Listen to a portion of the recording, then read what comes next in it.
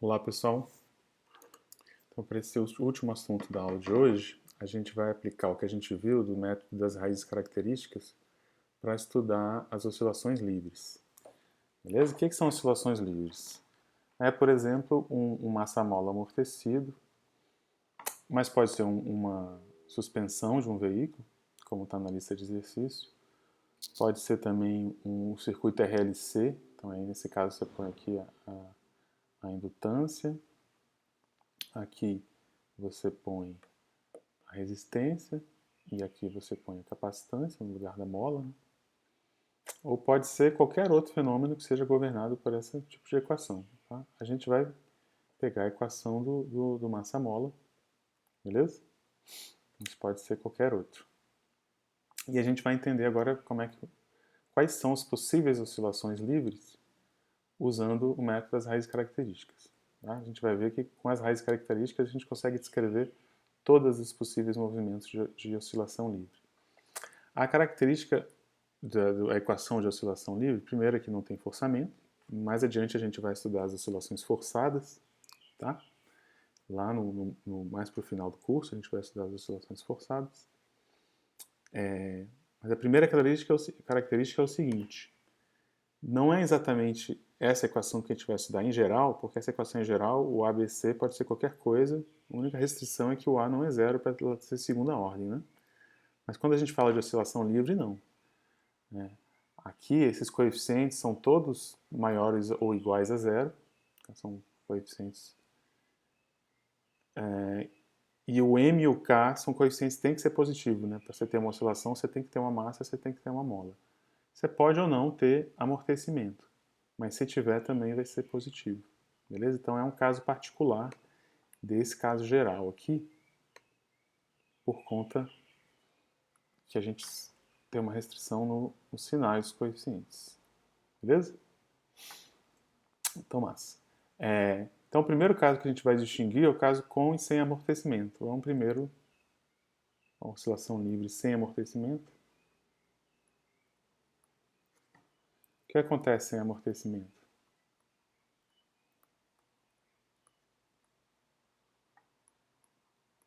É o caso em que B é zero, né? Então, sem amortecimento, B é zero. A equação fica assim. Beleza? Se você enxergar direito, é a equação do movimento harmônico simples. Então vai oscilar. Com qual frequência? Aí que tá legal, né? Descobrir a frequência. Para a gente descobrir a frequência, no caso sem amortecimento, vamos fazer assim, vamos escrever. Acho que já está do jeito bom para descobrir. Pode fazer de algumas maneiras.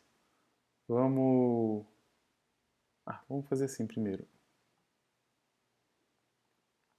Equação característica.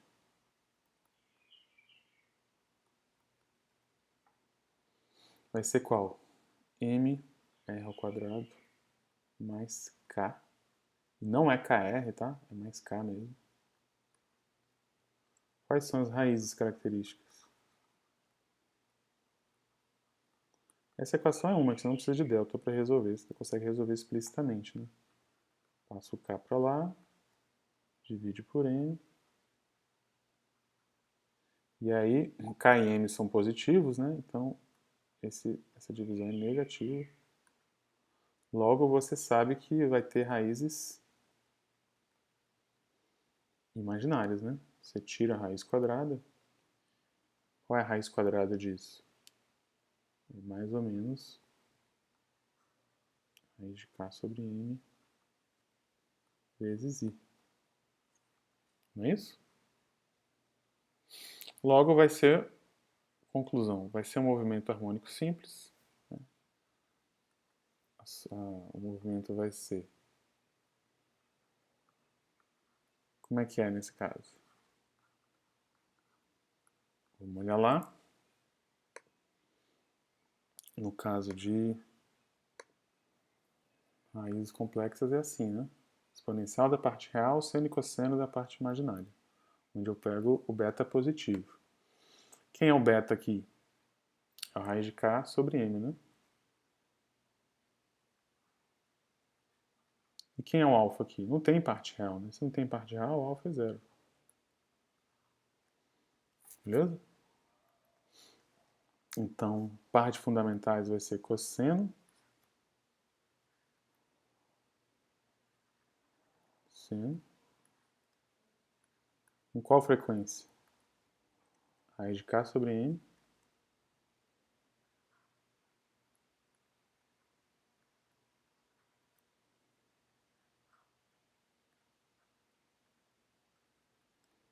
Beleza? E aqui tem solução geral, então vai ser isso aqui. Como a gente falou, movimento harmônico simples. A frequência depende da raiz do K e raiz da massa. Beleza? Isso aqui motiva a gente pensar a equação da oscilação livre sem amortecimento em geral. Para não ficar pensando só em K e M. Outra maneira de você ver que da raiz de K sobre M é você consegue reescrever a equação assim, né? Y duas linhas é menos K sobre M Y. Né? Então aqui é aquele menos beta que tinha aparecido.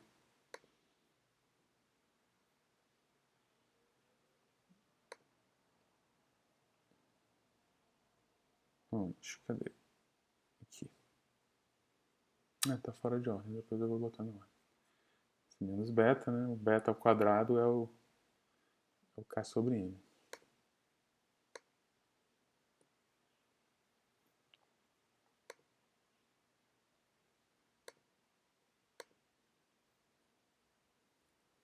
Beleza?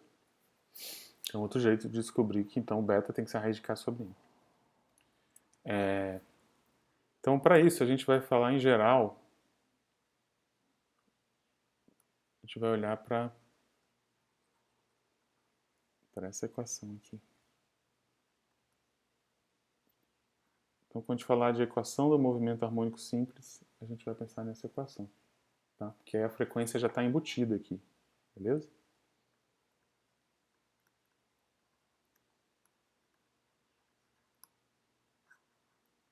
Por exemplo, se eu olhar para um outro caso importante de oscilação sem amortecimento, é a gente olhar para o pêndulo, né? O pêndulo próximo do equilíbrio aqui embaixo. Aqui não está próximo, está longe. Vou fazer mais próximo. Em geral, na verdade, para conseguir fazer próximo do equilíbrio, o que se faz inclusive em observatórios astronômicos, o que se fazia é pendurar um pêndulo no teto, deixar ele quase vertical. Beleza? Então a gente viu que a equação do pêndulo próximo desse equilíbrio, né, quando a gente lineariza, fica θ duas linhas, L θ duas linhas é igual a menos gθ, né? E aí, de novo, essa equação do movimento harmônico simples, né? Com quem é o beta aí?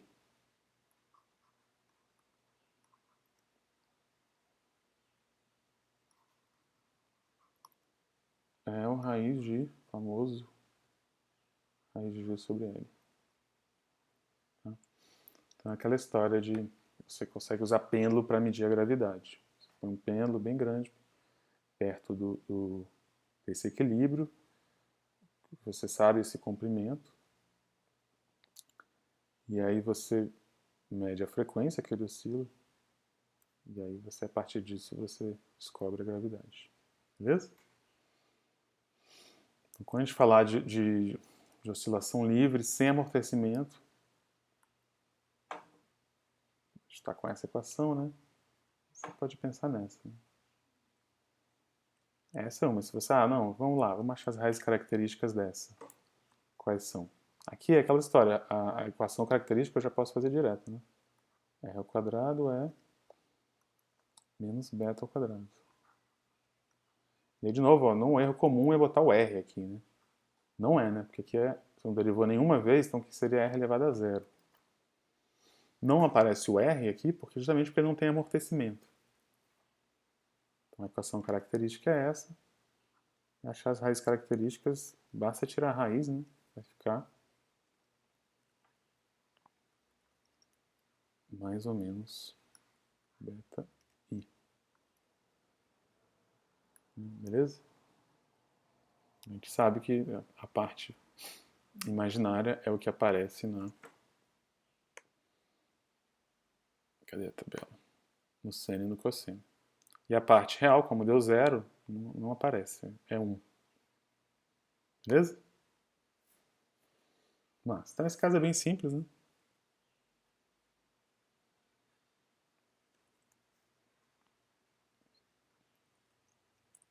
Sem amortecimento é movimento harmônico simples. Senos e combinação de sinos e cossenos.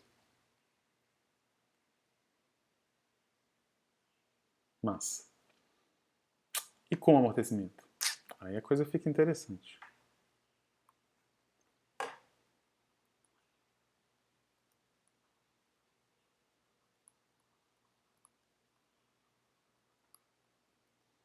Com amortecimento, tá todo mundo lá, né?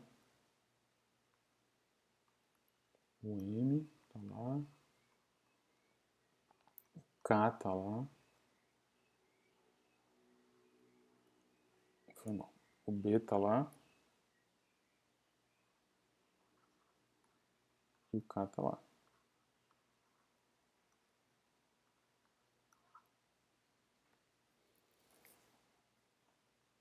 E aí como é que fica a equação característica?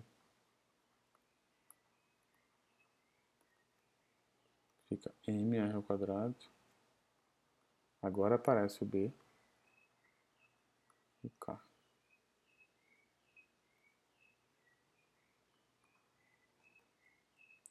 Aqui o B é diferente de zero.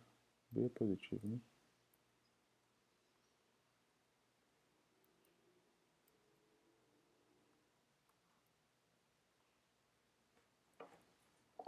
Beleza? E aí, como é que vão ser as raízes? Aqui é uma situação boa de usar Bhaskara. Tá? Então, vou achar o delta. Aqui vai dar b ao quadrado menos 4mk, né? Beleza. Então vamos fazer o caso mais favorável. Vamos escrever as raízes, deixa eu ver se vale a pena. Não, fazer caso a caso. Caso mais favorável. Delta positivo. Beleza?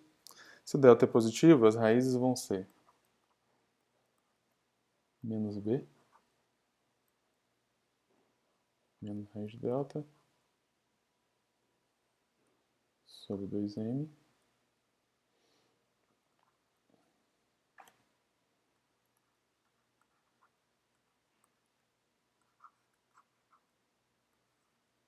certo? E como é que são as soluções? As soluções vão ser simplesmente exponencial de uma e exponencial da outra, porque elas são diferentes.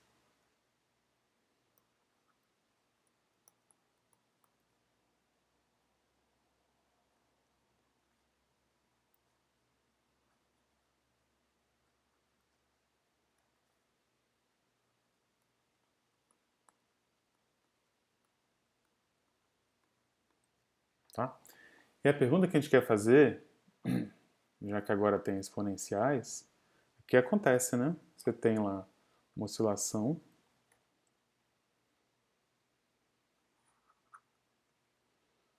você sai de um certo lugar, o que acontece? tem uma determinada condição inicial.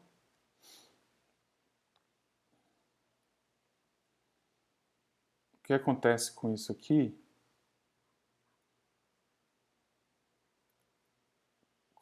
com a posição, quando o t vai para o infinito? Será que é o seu sistema massa-mola? Ele volta para o equilíbrio, ele vai para outro canto? O que é que acontece? Beleza? Então a gente tem que calcular o limite disso aqui quando o t vai para o infinito. Calcular esse limite vai depender de saber o que dessas exponenciais. O sinal, né? Então tem que saber o sinal dessas raízes. E ó, esse sinal aqui é moleza, né? Menos b menos raiz de delta, o m sendo positivo, não altera esse sinal é... Então esse pedaço aqui da solução não vai oferecer problema, ele vai... Vou pegar só esse, né? Ele vai voltar para o equilíbrio bem rápido, né? Afinal de contas é uma exponencial negativa. Então vai voltar para o equilíbrio e voltar para o zero. Agora e esse outro?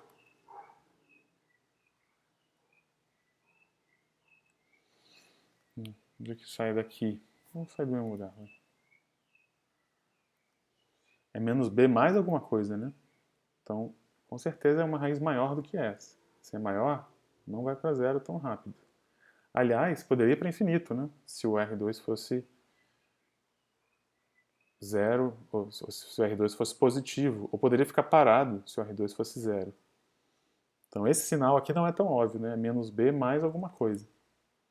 Aí a gente tem que analisar o sinal disso aqui. Para responder essa pergunta é análise de sinal. Percebe o seguinte, o delta eu estou pegando b ao quadrado e estou fazendo isso aqui. Né? Como o m e o k são positivos, então isso aqui tudo então é positivo mesmo. Não é nem maior ou igual a zero, é positivo. Então eu estou tirando alguma coisa do b ao quadrado. Né? Então com certeza o delta é menor do que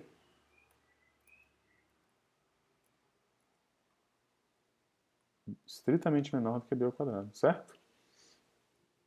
Porque eu estou tirando alguma coisa. Então, de novo, a importância do mk serem positivos. Se eu pego menos b e somo raiz de delta, então eu estou somando alguma coisa menor do que b, né? Então, se eu estou somando alguma coisa menor do que b, também eu posso concluir que esse sinal é negativo. É menos negativo do que esse, né? Só que os dois são negativos. Logo, essa outra solução também volta para o equilíbrio, talvez, certamente, na verdade, mais devagar. Tá? Mas volta para o equilíbrio. Beleza? Volta rápido também, eu estou exagerando. Volta exponencialmente rápido. Mas não é tão rápido quanto a outra. Beleza? Bom, sim, tá bom. Então, o que a gente pode dizer nesse caso? Delta positivo. O que a gente pode dizer é que as oscilações voltam para o equilíbrio e voltam exponencialmente rápido. Beleza? Então, nosso massa-mola ele vai oscilar, mas rapidamente ele volta para o equilíbrio. No caso que o delta é positivo. O que o delta precisa ter para ser positivo? Olha só. Aqui tem a amortecimento. Vamos pensar que a massa está fixa. Eu estou fazendo uma suspensão e eu posso ajustar a constante da mola, fazer a mola mais ou menos dura e posso ajustar o amortecedor. Para o delta ser positivo, a mola não pode estar muito dura, né? Se o K for muito grande, o delta fica negativo. Ou o amortecedor não pode estar muito desgastado. Beleza? Então, o delta positivo garante um equilíbrio entre a mola e o amortecedor para minha suspensão voltar para o equilíbrio sem ficar oscilando. Volta e volta rapidamente. Tá? Então essa aqui é a suspensão ideal. A gente chama isso aqui de amortecimento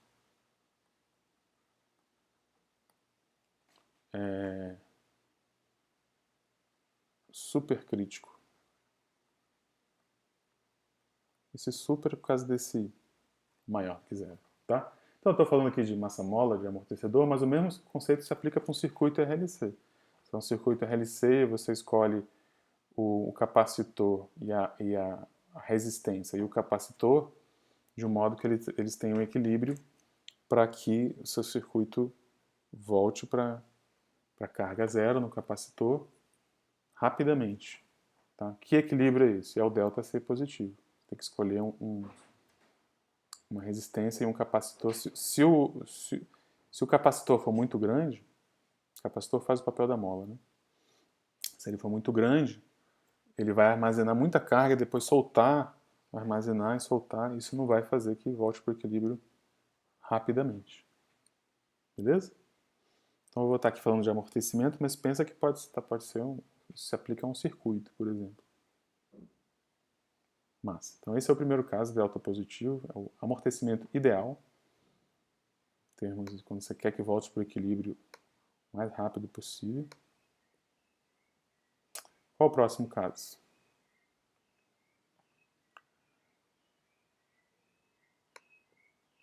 Deixa eu ver como eu fiz aqui. Tá bom. O próximo caso é o delta zero, né? Então pensa assim que você vai ajustando sua mola, o seu amortecedor.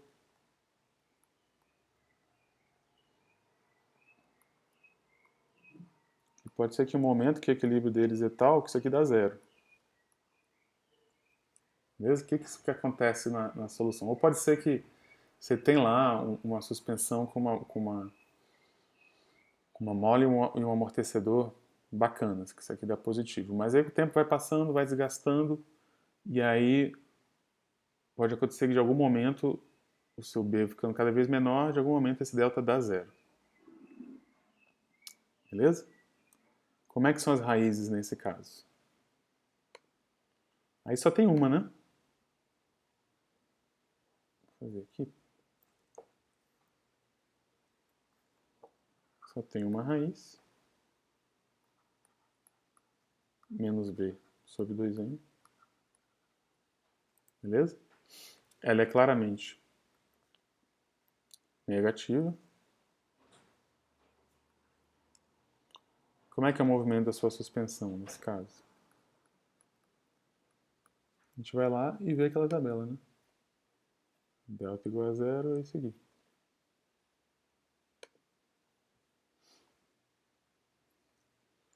Então vai ser C1, C2, C1 é R1T, C2 T é R1T. Beleza? E aí a pergunta que você faz nesse caso é: tá, então se der ruim aqui, o delta deu zero, o que vai acontecer com a minha suspensão? Vai voltar ao equilíbrio?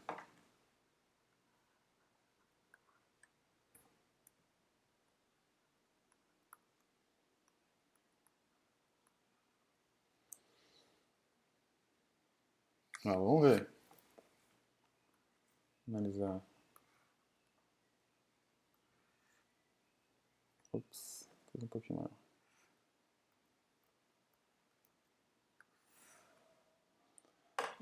Vamos pegar esse pedaço primeiro, que é mais fácil. R1 é negativo, então esse pedaço vai para... volta para o equilíbrio, né? E esse outro, hein? Como é que é o limite de... Eu sei que exponencial de R1t, quando t vai para infinito, é zero se esse R1 é negativo, né? Agora isso aqui.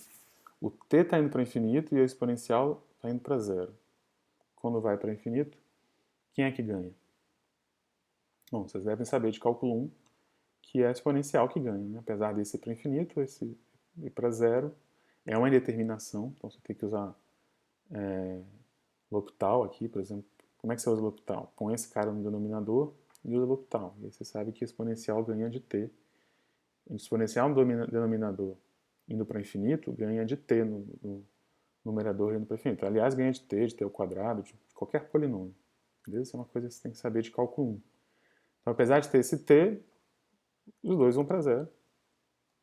Volta para o equilíbrio, a minha suspensão.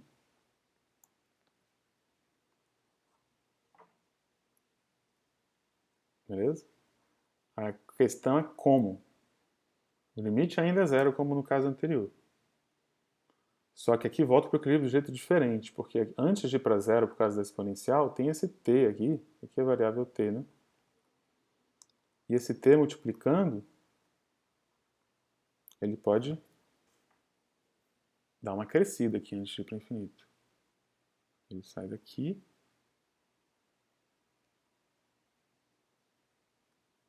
E aí a exponencial começa a ganhar. Beleza? Então ainda volta para o equilíbrio, mas com esse solavanco. Então esse solavanco aqui pode ser muito ruim para uma suspensão. Se ele está lá com uma suspensão, e esse amortecedor vai desgastando, ou a mola vai ficando dura, ou os dois, e esse delta em algum momento fica zero, em vez de fazer assim, na hora de voltar para o equilíbrio, ele pode... E esse tipo de solavanco pode fazer a mola quebrar, o amortecedor quebrar. Beleza? Mesma coisa para o circuito elétrico. Esse tipo de solavanco pode dar um pipoco no circuito. Então você vê que esse T que apareceu aqui é um T que é importante. Nesse caso aqui a gente quer evitar esse T. Pode ter situações que você queira que aconteça esse pipoco mesmo. Então você busca que o delta seja zero. Esse tipo de amortecimento com esse solavanco a gente chama de amortecimento crítico.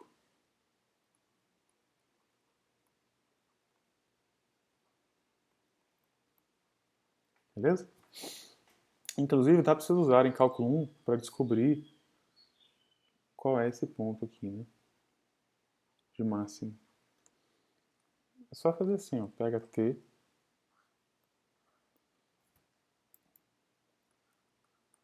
elevado a R1T, deriva e acha o ponto crítico. Vocês estão vendo aí que só vai ter um, né? Vai ser elevado a R1T, mais R1, cai o R1, né? Elevado a R1T, aí põe o E elevado a R1T em evidência. Fica...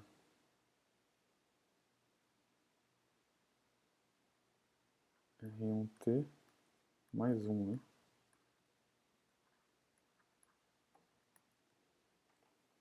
Aí quando é que isso aqui dá zero, né? É o ponto crítico.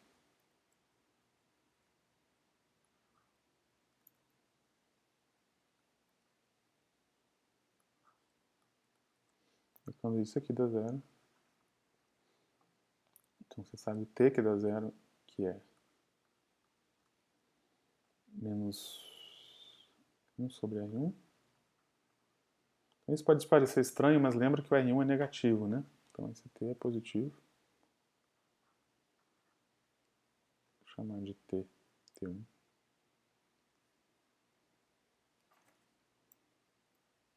Tá.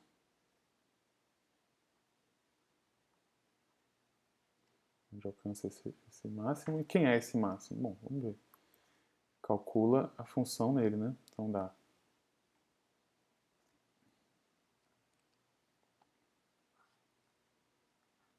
menos 1 sobre R1 é... Então se eu jogo isso menos 1 sobre R1 lá, vai ficar R1 vezes isso dá... Corta, né? Dá menos 1. Isso? Então esse máximo ali é...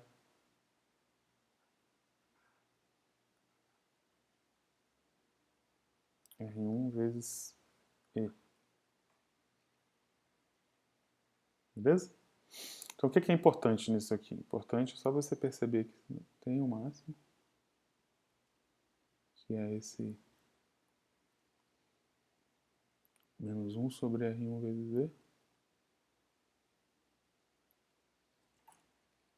E aí olha só, se seu amortecimento vai ficando mais fraco, mais fraco, mais fraco, o R1 vai ficando mais próximo, mais próximo, mais próximo de zero, né? E esse aqui vai ficando cada vez maior. Beleza? Então esse solavanco, se o B for ficando cada vez menor, o solavanco vai ficando cada vez mais alto. Então é por isso que esse é o amortecimento crítico. Beleza?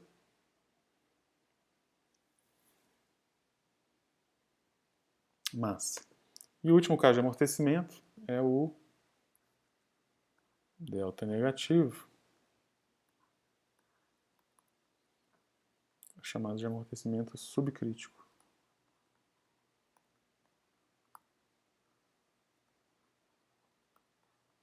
Abaixo do crítico. Beleza?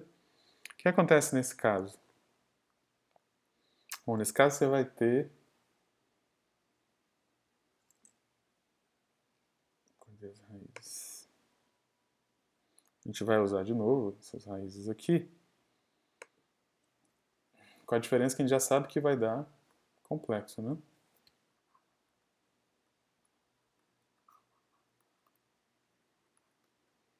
Vai ser menos B, mais ou menos, de delta. Beleza? Então, quem vai ser o alfa? Ó, disso aqui, o que vai ser imaginário? O delta é negativo, né? Então, essa raiz vai ser imaginária. Se você quiser escrever de outro jeito, vai ser assim, ó. Tira a raiz do módulo de delta e vai sobrar o i.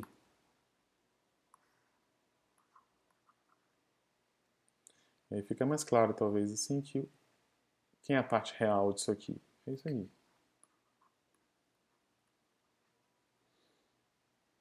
Quem é a parte imaginária?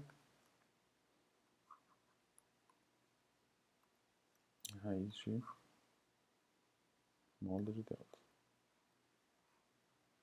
Beleza? Esse módulo aqui é para ser uma raiz positiva. Então, se você sabe disso, pronto, você sabe a solução. Só usar isso aqui. Então, o movimento, nesse caso,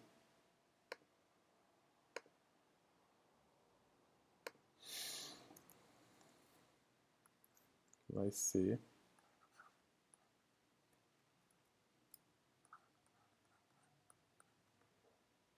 como é que é aqui? C1, C2, vai ter uma exponencial, vai ter um cosseno, vai ter uma exponencial, vai ter um seno. Agora, qual exponencial e qual seno e cosseno? A exponencial é disso aqui, né?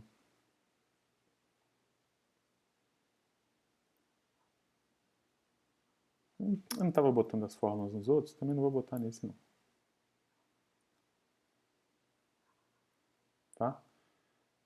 E esse cara entra aqui. A pergunta é, e aí, nesse caso, volta para o equilíbrio?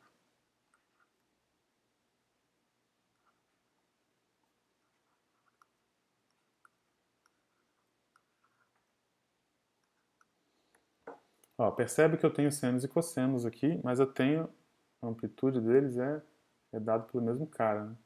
Então, saber se volta ou não para o zero é eu saber se esse exponencial vai ou não para zero. É saber que é analisar o sinal de quem? Da parte real, né? Que é negativa, claramente. Beleza? Então isso volta sim para zero. E a pergunta é como? Como volta para zero? Então, todos os casos de amortecimento, de oscilação com amortecimento, a oscilação consegue fazer voltar para zero. A diferença é que de maneiras diferentes. Né?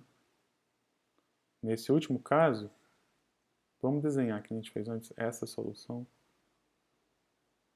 fundamental e depois essa. Aqui a gente sabe que o alfa é negativo, né? Então a gente vai ter que levar isso em conta no desenho. Como é que a gente desenha isso aqui? Vou fazer um esboço rápido. Por exemplo, o cosseno, se a gente for desenhar o cosseno, acho que tem uma... O cosseno, sem a exponencial, só o cosseno, uma coisa assim, né? Sai do 1.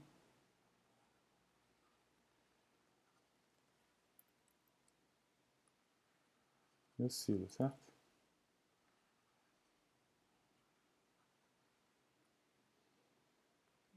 muito ruim essa oscilação aqui.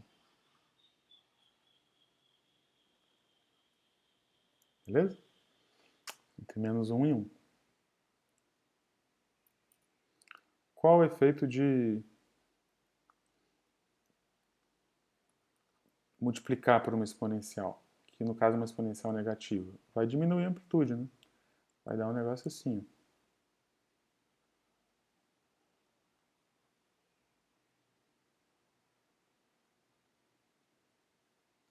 E assim em diante.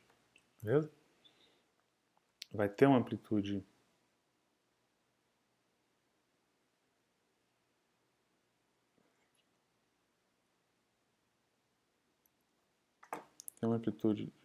diminuindo exponencialmente aqui.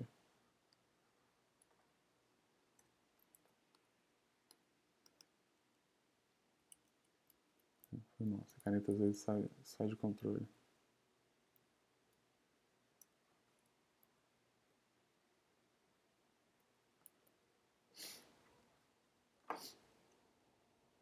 Você tem uma amplitude exponencial aqui indo para zero. Então aí você junta os dois, tem uma oscilação.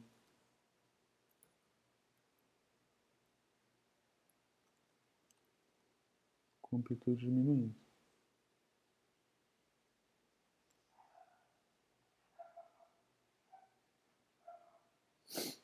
Beleza? A mesma coisa o outro, só que com seno.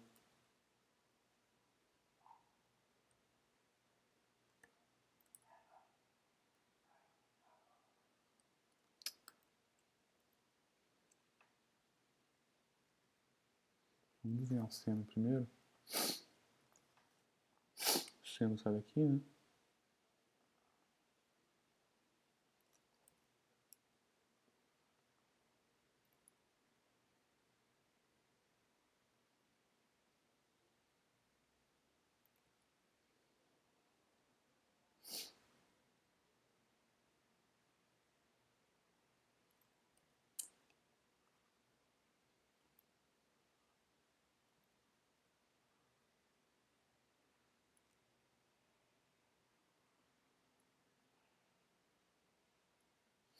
Então,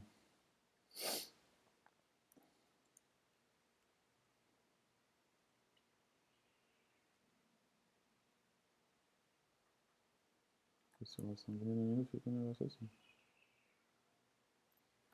Beleza? Faça um brinco com essas funções na calculadora do GeoGebra. Então, o que acontece? Volta ao equilíbrio, só que volta oscilando. Beleza? E percebe que em todos os casos a gente teve que fazer análise de sinal para saber se voltava ou não ao equilíbrio, né? Nesse caso, uma raiz era claramente negativa, o outro a gente teve que analisar o tamanho do delta para garantir que ela era negativa. Volta para zero. Aqui tinha uma raiz negativa, mas tinha um t, então tinha um L'Hopital no meio. Mas, além do L'Hopital, teve uma análise de sinal de raiz aqui. Aqui também. Só que ó, a gente teve que analisar o sinal só da parte real. Por quê? A parte imaginária é sempre positiva, né? Então, esses são os amortecimentos possíveis. Esse aqui seria o caso em que, quando é que delta é negativo? Quando a sua mola está muito dura, por exemplo. A sua mola vai endurecendo, vai envelhecendo. Ou quando o seu amortecimento está muito fraco. E aí, em geral, os amortecimentos que acontecem são, está tudo balanceadinho e tal, é esse. E depois que, né, isso aqui acontecer é bem raro, né? O delta é ser exatamente igual a zero. Porque para ser exatamente igual a zero, você tem que dar muito azar, né? Tem que estar tudo alinhado para o azar. Mas acontece, né? Olha 2020 aí. E esse caso, em geral, o que acontece, passa do supercrítico para o subcrítico. Né? Sua mola, você está lá funcionando, aí envelhece, a mola endurece, o amortecedor vaza, óleo, enfim. Aí você passa a passar em obstáculos em vez de voltar ao equilíbrio como você quer, fica fazendo nheco-nheco. Isso, enfim, pode ser Se você está fazendo um circuito que você quer que oscile, beleza, você quer isso. Mas, em geral, em estruturas mecânicas, você quer evitar ao máximo a oscilação, né? Seja no amortecimento do carro, seja se você está modelando o movimento de alguma articulação de um robô, quando as coisas oscilam, desgastam mais, né? Então você quer evitar isso ao máximo, você quer ficar no amortecimento super crítico. Mas pior que o desgaste do nheco-nheco é se você não monitorar a sua mola e o seu amortecedor e no meio do caminho você der o azar dele passar pelo amortecimento crítico. Porque em nheco-nheco não aumenta a amplitude de oscilação, né? Por mais que tenha oscilação, não aumenta a amplitude. Se no meio do caminho passar por isso aqui,